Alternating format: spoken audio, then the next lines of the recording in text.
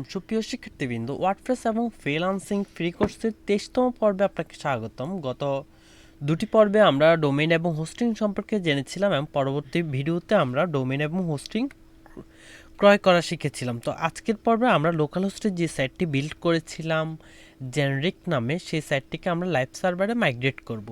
তো একটি site live সার্ভারে মাইগ্রেট করার কিন্তু অসংখ্য কাজ পাওয়া যায় মার্কেট প্লেসে। আমরা যখন মার্কেট প্লেস সম্পর্কে জানবো, আমি এই সম্পর্কে আপনাকে বেসিক ধারণা দিব।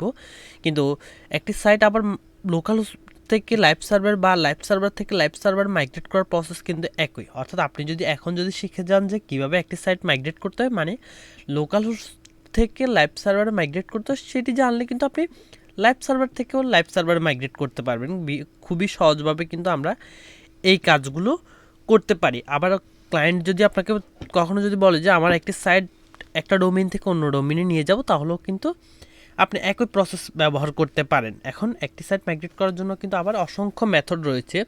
আমরা ফ্রি প্লাগইন দিয়ে করতে পারি, প্রিমিয়াম প্লাগইন দিয়ে করতে পারি, ম্যানুয়ালি করতে পারি।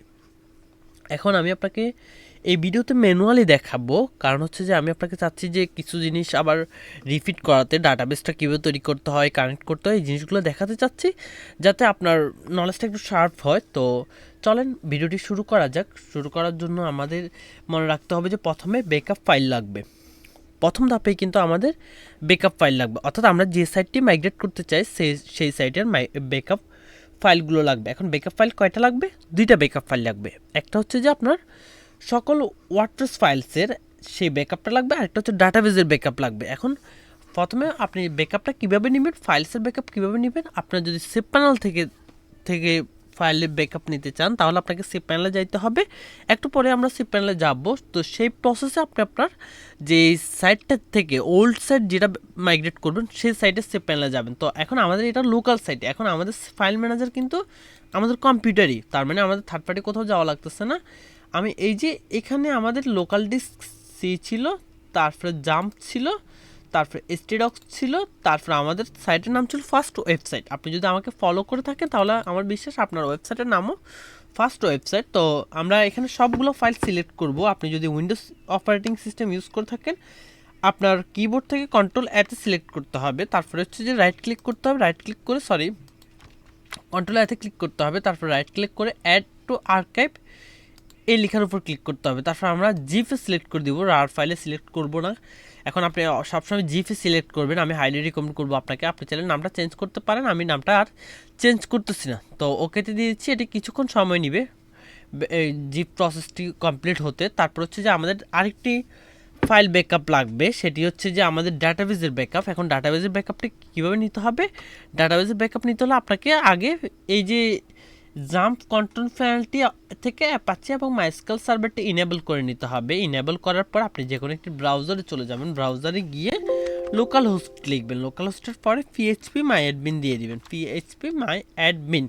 ঠিক যেভাবে আসছে ওভাবে আপনাকে স্পেলিং মিস্টেক করা যাবে না এবং কোনো প্রকার স্পেস দেওয়া যাবে না। তো আমি এন্টার বাটনে চাপ দিয়ে দিলাম। তারপর হচ্ছে যে এখানে সবগুলো ডাটাবেজেস আপনার এখানে শো করবে। তো আমাদের ডাটাবেজের নাম ছিল ফার্স্ট ওয়েবসাইট। আপনি যে আপনার প্রথম সাইটের জন্য যে ডাটাবেজের নামটি দিয়েছিলেন, বা আপনার ক্লায়েন্ট যে সাইটে মাইগ্রেট করতে চাচ্ছে সেই সাইটের ডাটাবেজের নাম যেটি, সেটি আপনি এখানে বসাতে পারেন। এখন আপনি যদি আপনার ক্লায়েন্টের সাইট মাইগ্রেট করতে চাচ্ছেন কিন্তু ডাটাবেজের নাম জানেন না, সেক্ষেত্রে আপনি কিন্তু এটা খুব সহজে করতে পারেন। আপনি এখান থেকে সিম্পলি যেখানে ফাইলগুলো রয়েছে সেখানে চলে যাবেন।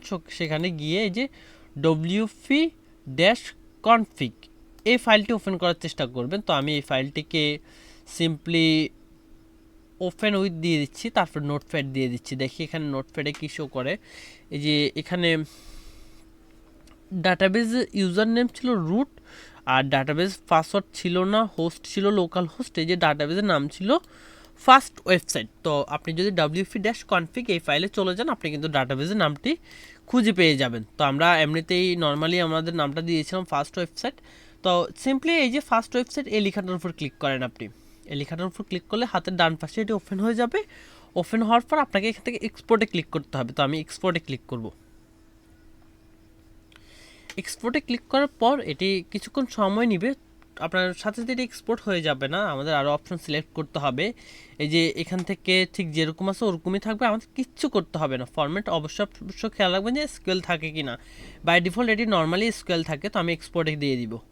এক্সপোর্ট দেওয়ার পর এটি ডাউনলোড হওয়া শুরু করবে। তো এটা 3.6 মেগাবাইটের একটা ফাইল ছিল, সেই জন্য খুব তাড়াতাড়ি এটি ডাউনলোড হয়ে গেছে। এখন আপনার ক্লায়েন্টের সাইজ যদি বড় হয় তাহলে এটি এক্সপোর্ট হতে কিছুটা সময় নেবে।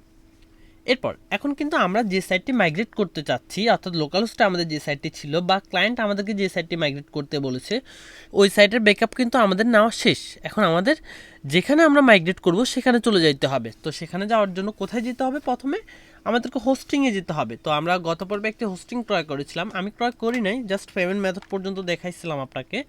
তো আমি এখন ওইখানে আমার আরেকটা অ্যাকাউন্ট আছে, আমি ওইখানে লগ ইন করে ফেলবো। তো সিম্পলি আমি ইন্টেল ওয়েব হোস্ট ওদের হোস্টিংয়ের নাম লিখবো, তারপর লগ ইনে ক্লিক করব। লগ ইনে ক্লিক করার পর এটি এখানে আমাকে বাই ডিফল্ট আমার অ্যাকাউন্টে নিয়ে গেছে। তো আমি এটা রিমুভ করে দিচ্ছি। রিমুভ করে আমি এখানে নিউ প্রাইভেট উইন্ডোতে চলে যাচ্ছি। নিউ প্রাইভেট উইন্ডোতে গিয়ে ইন্টেল ওয়েব হোস্ট লিখে সার্চ করতেছি, ইন্টেল ওয়েব হোস্ট।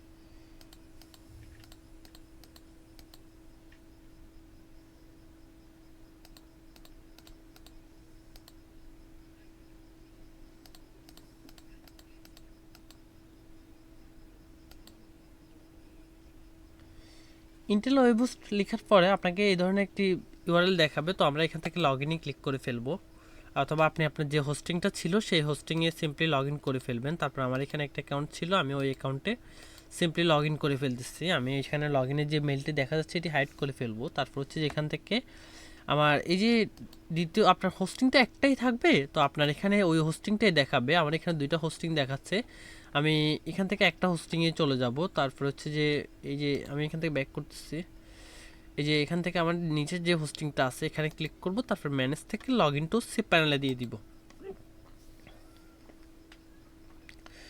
আপনিও একইভাবে লগ ইন টু সিপ প্যানেলে দিলে আপনাকে কিন্তু সিপ প্যানেলে নিয়ে আসবে। এখন আমরা এখান থেকে ডোমেইনে চলে যাব। ডোমেইনে গিয়ে দেখব যে আমাদের ডোমেইন আছে কি না এখানে। তো এই যে এখান থেকে আমাদেরকে ডোমেইনের অপশনটি খুঁজতে হবে, এই যে ডোমেইনস। তো আমরা এখানে ডোমেইনসে চলে যাব।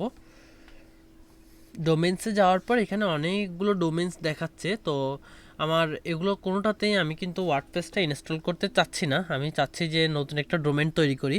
দিয়ে কারণ আমার সবগুলো ডোমেইনে অলরেডি সাইট বিল্ড করা রয়েছে। তো আপনার এখানে কোনো ডোমেইন ক্রিয়েট করার প্রয়োজন নয়, আপনি ডোমেইন ক্রিয়েট করার প্রসেসটা চাইলে ইগনোর করতে পারেন। বা আপনার ক্লায়েন্ট যদি বলে যে হ্যাঁ আমি একটা সাব ডোমেইনে এটা ইম্পোর্ট করব বা সাইটটা মাইগ্রেট করব, সেক্ষেত্রে আপনি আপনার ক্লায়েন্টের যে সাবডোমেনটার নাম দিবে সেটা ঠিক আমি যেভাবে এখন তৈরি করতেছি আপনিও ঠিক একইভাবে তৈরি করতে পারেন। আর যদি বলে যে না আমি আমার মেন ডোমেনে মাইগ্রেট করব, সেক্ষেত্রে এখান থেকে মেন ডোমেনটা আপনাকে খুঁজে দেখতে হবে যে সেটি আছে কিনা। যদি থাকে তো ঠিকঠাক, তাহলে আপনাকে আর কিছুই করতে হচ্ছে না। তো আমি ক্রিয়েটেড নিউ ডোমেন দিচ্ছি, আপনি জাস্ট ক্রিয়েটিং নিউ ডোমেনটা ইগনোর করতে পারেন। তো আমি এখানে দিয়ে দিব হচ্ছে যে first dash website dot codersgen dot com, অর্থাৎ আপনি আগে আপনার সাবডোমেনটার নামটা ব্যবহার করবেন, তারপরে ডট দিবেন, তারপরে আপনার মেন ডোমেইনের নামটা ইউজ করবেন। তারপরে এখানে কোনো কিছু সিলেক্ট করার প্রয়োজন নেই, তারপর সাবমিট দিয়ে দিবেন।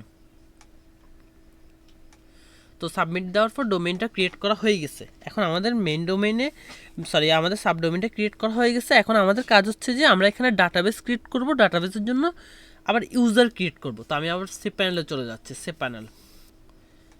এখন সেই প্যানেল থেকে আমাদেরকে কিন্তু ডাটাবেসে যেতে হবে। তো আমি এখান থেকে ডাটাবেসটা খুঁজবো, এই যে ম্যানেজ মাই ডাটাবেসেস নামক অপশন আপনি পেয়ে যাবেন। তো আমাদেরকে এখানে ক্লিক করতে হবে। তো আমি এখানে ক্লিক করে দিব। ক্লিক করার পর আমাদেরকে এখানে ডাটাবেসটার নাম দিতে হবে। মনে করেন আমি একটা নাম দিচ্ছি যে ফার্স্ট ড্যাশ ওয়েবসাইট। এখন আপনাকে একটা জিনিস খেয়াল রাখতে হবে যে আপনাকে অবশ্যই এই জিনিসগুলো কিন্তু নোট রাখতে হবে। এখন আমার এখানে কিন্তু ফার্স্ট ড্যাশ ওয়েবসাইটের আগে ডাটাবেসের আরেকটা নাম রয়েছে ওয়েব ফোরডু আন্ডারস্কোর। তো আপনাকে কিন্তু এটিও ইউজ করতে হবে, ওয়েব ফোরডু আন্ডারস্কোর দেন ফার্স্ট ওয়েবসাইট, অর্থাৎ আপনার ডাটাবেসের নামটা ঠিক এরকম হবে। এই যে আমি এখানে লিখে দেখাচ্ছি ওয়েব ফোরডু আন্ডারস্কোর ফার্স্ট ড্যাশ ওয়েবসাইট। তো আপনাকে কিন্তু এই জিনিসটা কিন্তু খেয়াল রাখতে হবে, পরবর্তীতে না হলে কিন্তু ডাটাবেস এরর আসবে। তো আমি এখান থেকে সি প্যানেলে আবার চলে যাচ্ছি, চলে গিয়ে তারপরে হচ্ছে ক্রিয়েট ডাটাবেস এই লেখাটার উপর ক্লিক করব। ক্রিয়েট ডাটাবেস দেওয়ার পর এখান থেকে গো ব্যাক করব। গো ব্যাক করে এই ডাটাবেসের জন্য আমাদেরকে ইউজার ক্রিয়েট করতে হবে। তো আমি এখান থেকে ইউজার ক্রিয়েট করব। আবার এখান থেকে একই নামে আমি ইউজার ক্রিয়েট করতেছি, কিন্তু আমি আপনাকে কখনোই রিকমেন্ড করব না যে আপনি একই নামে ইউজার ক্রিয়েট করেন, কারণ এটা সিকিউরিটির জন্য কখনোই কিন্তু ভালো না। তো আমি এই সাইটটা রিমুভ করে দিব টোটালি, সেই জন্য আমি সেম রাখতেছি, আপনি দেখলেও সমস্যা নেই আমার এখানে। তারপর হচ্ছে যে আমি এখানে আবার পাসওয়ার্ডও একই রাখবো, কিন্তু আপনি এটা মাস্ট বি একটা হার্ড পাসওয়ার্ড রাখবেন। ওয়েব প্রো ডু সরি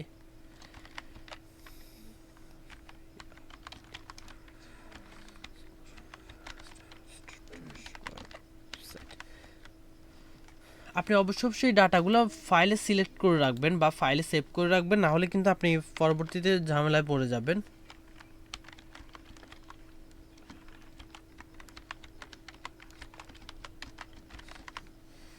এরপর আমি ক্রিয়েট ইউজারে ক্লিক করব।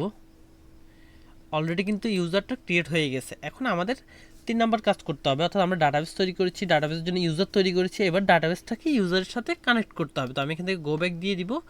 গো ব্যাক দেওয়ার পরে এই যে এখানে আবার চলে আসবো, এখান থেকে এসে এই যে অ্যাড ইউজার টু ডাটাবেস, আমার ইউজার ও আর এই ইউজারের জন্য ডাটাবেস হচ্ছে যে এটা, তো সব কিছু ঠিকঠাক আছে, আমি অ্যাড দিয়ে দিব।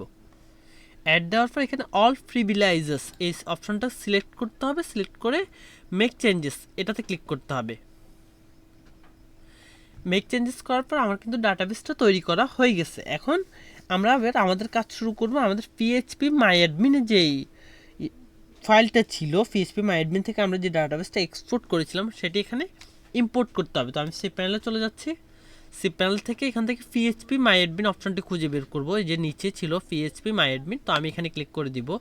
ক্লিক করার পর এটি রিডাইরেক্ট হয়ে পিএইচপি মাই অ্যাডমিনে চলে যাবে। এখানে গিয়ে তারপর এই যে আমার ফার্স্ট ড্যাশ ওয়েবসাইট, এখানে যে লেখাটা ছিল এই লেখাটাকে আমি সিলেক্ট করে দিব। সিলেক্ট করে তারপর এই যে এখান থেকে ইম্পোর্টে ক্লিক করবে।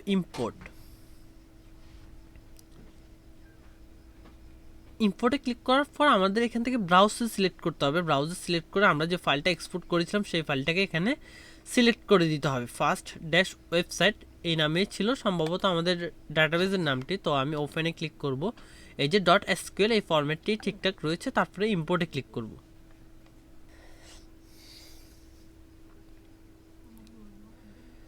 ফাইলটা কিন্তু ইম্পোর্ট আমাদের হয়ে গেছে এখানে। তো আমাদের আরও কিছু এখানে কাজ করতে হবে। আমাদেরকে এখান থেকে অপশনসে যেতে হবে। অপশন বা লিঙ্কস, আমি প্রথমে লিঙ্কে যাচ্ছি। লিঙ্কে গিয়ে দেখি এখানে কিছু চেঞ্জ করা লাগে কিনা। এখানে কিছুই চেঞ্জ করার মতো নেই। তো আমি অপশনে চলে যাচ্ছি। অপশনে গেলে এখানে এই যে সাইট ইউআরএল যেটি আছে, মনে রাখবেন TP_options, এই যে বা আপনার এখানে টিপি লেখাটা না থাকলেও, অর্থাৎ টেবিল প্রিফিক্সের জন্য যে শব্দটা আমরা ইউজ করছিলাম এটি না থাকলেও কিন্তু অপশনস লেখাটা থাকবে। অপশনস লেখা থেকে আপনি এখানে ইউআরএলটা চেঞ্জ করে দিতে হবে, না হলে কিন্তু পরবর্তীতে ঝামেলা হয়ে যাবে, সাইটটা আর কাজ করবে না। তো আমরা এখান থেকে নামটা চেঞ্জ করে আমরা আমাদের যে ডোমেইনটার নাম ছিল বা ক্লায়েন্টের যে ডোমেইন, সেই ডোমেইনের নামটা আমরা এখানে ইউজ করে ফেলবো। https:// তারপর হচ্ছে যে আমাদের নামটা ছিল হচ্ছে ফার্স্ট ড্যাশ ওয়েবসাইট তারপর হচ্ছে যে .codersgen.com এই নামেই ছিল। তো আপনিও এই নামটা, সরি আপনার এখানে তো এই নাম থাকবে না, আপনি আপনার এখানে যে নামটা ছিল সেই নামে আপনি এখানে ইউজ করবেন। তারপরে এই যে এখানে দ্বিতীয় হোম পেজের যে ইউআরএলটা এটাও কিন্তু আপনাকে চেঞ্জ করে ফেলতে হবে। তারপর আমি এটাও চেঞ্জ করে দিয়েছি। তার মানে হচ্ছে যে এখন আমাদের এখানে আর কোনো কাজ নেই, আমাদের ডাটাবেসটা ইম্পোর্ট করা শেষ, আর ডাটাবেসে আমাদের কিছু করতে হবে না। তারপর আমরা চলে যাবো হচ্ছে আমাদের ফাইল ম্যানেজার, অর্থাৎ আমরা যে ফাইলটাকে জিপ ফাইল বানিয়েছিলাম এখান থেকে লোকাল ডিস্ক সি থেকে, তারপর হচ্ছে যে জাম্প, তারপরে ডক্স, এরপর এই যে এখানে যে জিপ ফাইলটা আমরা বানিয়েছিলাম ফার্স্ট ড্যাশ ওয়েবসাইটে, এই জিপ ফাইলটা কিন্তু আমাদেরকে এখন এখানে ইম্পোর্ট করে দিতে হবে। তো ইম্পোর্ট করার জন্য আমাদেরকে আবার সি প্যানেলে ব্যাক যেতে হবে। তো আমি এখান থেকে গো ব্যাক দিচ্ছি, গো ব্যাক দিয়ে সি প্যানেলে চলে যাচ্ছি, বা আমাদের সি প্যানেল টুলস থেকে জাস্ট আমাদের ফাইল ম্যানেজারে যেতে হবে। এই যে ফাইল ম্যানেজার,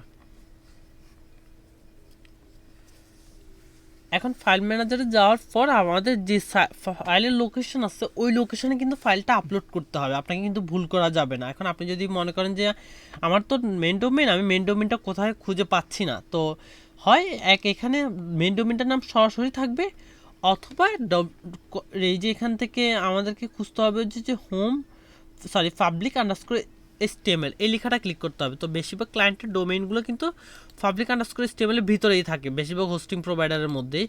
আর কখনো কখনো ডোমেইনটার নামের মধ্যে থাকে। আর ডোমেইনের নামের মধ্যেও যদি আপনি খুঁজে না পান থেকে সেক্ষেত্রে আপনি সেপারেন্ট থেকে টুলসে চলে যান, টুলস থেকে ডোমেইনসে চলে যান। ডোমেইনস থেকে এখন আপনাকে যে ডোমেইনটার ফাইলে আপনি ইম্পোর্ট করতে চাচ্ছেন সেই ডোমেইনটার মধ্যেই কিন্তু এই যে পাশে এই ধরনের ফাইলের লোকেশন দেওয়া আছে, এই লোকেশনটাতে ক্লিক করলে সরাসরি ওইখানে নিয়ে যাবে, তাহলে কিন্তু আপনারা ঝামেলা পোহাতে হবে না। তো আমি এখানে ক্লিক করে দিব। ক্লিক করে দেওয়ার পর এখানে আর কিছু নয়, দুইটা ফাইল আছে, সিম্পলি আমি এগুলো সিলেক্ট অল দিয়ে রাইট ক্লিক করে এগুলো ডিলিট করে দিব। স্কিপ দ্য ট্রাশ, আমি এগুলো ট্রাশ থেকে ডিলিট করেছি। তারপর আপলোডে ক্লিক করব, তারপর সিলেক্ট ফাইল দিয়ে দিব।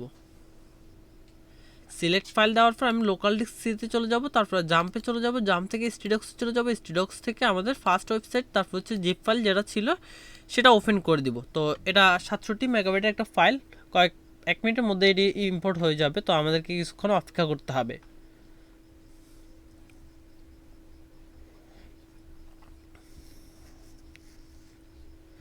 তো এই ফাইলটা কিন্তু ইম্পোর্ট হয়ে গেছে। আপনি ততক্ষণ পর্যন্ত অপেক্ষা করবেন যতক্ষণ না এটা কিন্তু গ্রিন কালার হয়, ঠিক আছে। তারপর হচ্ছে যে আমরা আমাদের এখানে ফিরে যাব, এখানে গিয়ে তারপরে হচ্ছে যে এটা জাস্ট রিলোড দিব। এই যে রিলোড অপশন থেকে এই যে রিলোড অপশনে ক্লিক করলে জিপ ফাইলটা শো করতেছে। এখন আপনি যদি কোথায় আসছে এটা যদি খুঁজেও না পান সেক্ষেত্রে অনেকভাবে এটা বের করা যায়, যে first-website.corazgen.com এখানে ঢুকলে এটি রয়েছে। তো আমি এটার উপর রাইট ক্লিক করব, রাইট ক্লিক করে এটাকে এক্সট্রাক্ট করব। তো এক্সট্রাক্ট করার জন্য এই যে এক্সট্রাক্টর অপশন রয়েছে, এক্সট্রাক্ট থেকে এক্সট্রাক্ট ফাইলস দিয়ে দিব আমরা। এরপর এখানে আমাদের আর কোনো কাজ নেই, আমাদের এই যে এখন আর জিপ ফাইলটারও কোনো কাজ নেই, আমি এটাকে ডিলিট করে দিব। Delete, skip the task and delete permanently দিয়ে দিব আমি। তারপর হচ্ছে যে মনে করেন আমি এখন যদি আপনাকে আমাদের সাইটটা ভিজিট করে দেখাই, আমি এখানে নতুন একটা ট্যাব দিচ্ছি।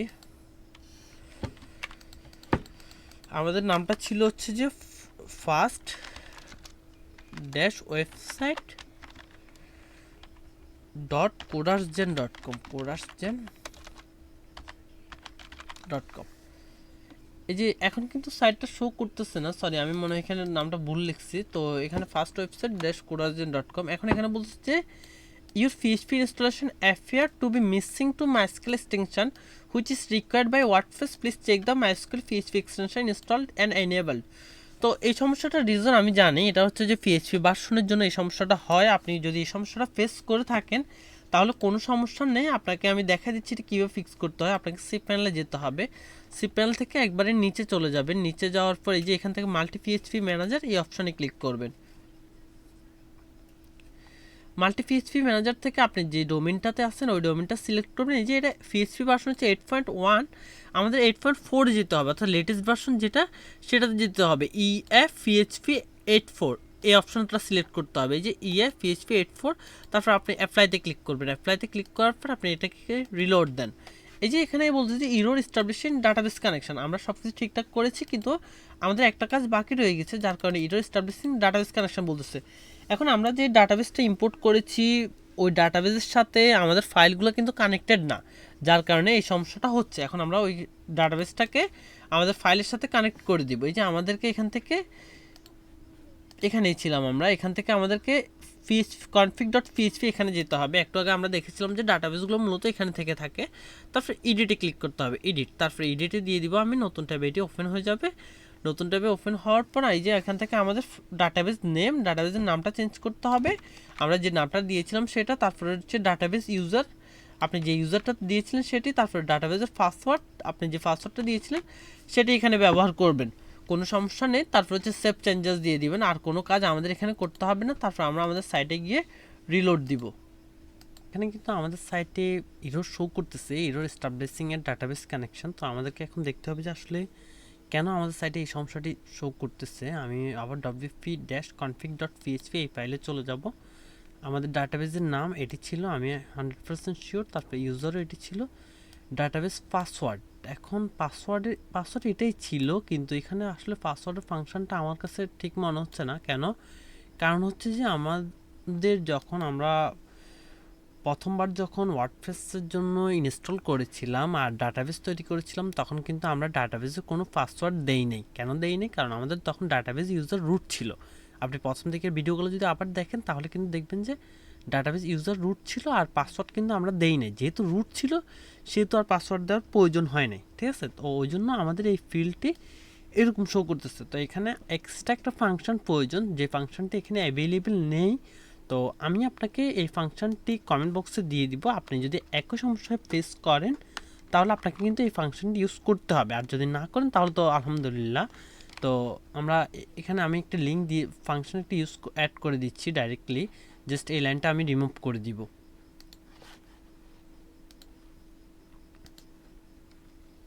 এই যে লাইনটা আমি টোটালি রিমুভ করে দিচ্ছি, তারপরে এই যে এই লাইনটা আমি অ্যাড করে দিচ্ছি। তো এখানে হচ্ছে ইউর ডাটাবেস পাসওয়ার্ড হেয়ার, তার মানে হচ্ছে আপনার ডাটাবেসের পাসওয়ার্ডটা আপনি এখানে অ্যাড করবেন। তো আমাদের ডাটাবেসের পাসওয়ার্ড ছিল হচ্ছে যে এই লাইনটি, একই লাইনই ছিল।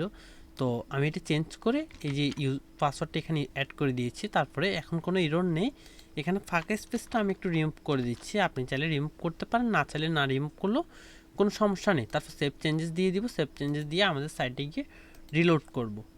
তো এখন কিন্তু আমাদের সাইটটি কিন্তু লোড হয়ে গেছে, তার মানে আমাদের সাইট এখন টোটালি মাইগ্রেট হয়ে গেছে। আপনি চাইলে আপনার ক্লায়েন্টের যে কোনো সাইট এভাবে কিন্তু খুব সহজে মাইগ্রেট করতে পারেন লোকাল হোস্ট থেকে লাইভ সার্ভারে। এই যে এটা আমাদের লগ ইন লিঙ্ক ছিল, তো আমি আমাদের যে লগ ইন পাসওয়ার্ড এবং ইউজার ছিল সেগুলো ইউজ করে দেখবো যে আসলে ঠিকঠাকভাবে কাজ করে কিনা। তো আমি রিমেম্বার মি দিয়ে লগ ইন করে ফেলবো। লগ ইন দেওয়ার পর কিন্তু এটা অলরেডি লগ ইন হয়ে গেছে। এখন আপনি কোনো সমস্যা ফেস করবেন না, আমাদের সাইটটি খুব ভালোভাবে কিন্তু লাইভ সার্ভারে মাইগ্রেট করা হয়ে গেছে। আমি লিঙ্কগুলো একটা একটা চেক করে দেখব। এখন এখানে কিন্তু ফার্স্ট ওয়েবসাইট ড্যাশ, অর্থাৎ আমি যখন হোম পেজ থেকে যখন অন্য পেজে যাচ্ছি অ্যাবাউট পেজে, তখন কিন্তু সমস্যাটা পাচ্ছি, অর্থাৎ 404 এরর আসতেছে। তো এররগুলো আসলে কিন্তু ক্লায়েন্ট কখনো আপনার থেকে সাইটটা নিবে না। অফারিংসে গেলেও, অর্থাৎ আমাদের হোম পেজের লিঙ্কটা ঠিক আছে কিন্তু বাকি লিঙ্কগুলো আর ঠিক নেই, ঠিক আছে? তো আমাদের এখন এটা ফিক্স করতে হবে, না হলে কিন্তু ক্লায়েন্ট তার আপনার ডেলিভারিটা অ্যাকসেপ্ট করবে না। আবার এটা কিন্তু কখনোই মেটার না, বা আপনার সাইট হলেও কিন্তু এটা ফিক্স করতেই হবে। তো আমি ফার্মালিংসে চলে যাচ্ছি। ফার্মালিংস থেকে এই যে পোস্ট নেম যেভাবে আছে ওভাবেই থাকুক, আপনি আরেকবার পোস্ট নেমে যান, গিয়ে শুধু সেভ চেঞ্জেস করেন। তারপর এখানে যাই অ্যাবাউটে যান। এবার এখন কিন্তু ঠিকঠাকভাবে কাজ করতেছে। তার মানে আপনি যদি এই ধরনের সমস্যা পড়েন, সিম্পলি আপনাকে এখানে আসতে হবে, আরেকবার সেভ চেঞ্জেস দিতে হবে, এটুকুই, ঠিক আছে? তো আজকের ভিডিও এই পর্যন্ত। পরবর্তী ভিডিওতে আপনার সাথে আবার কথা হবে। সে পর্যন্ত ভালো থাকবেন। আসসালামু আলাইকুম।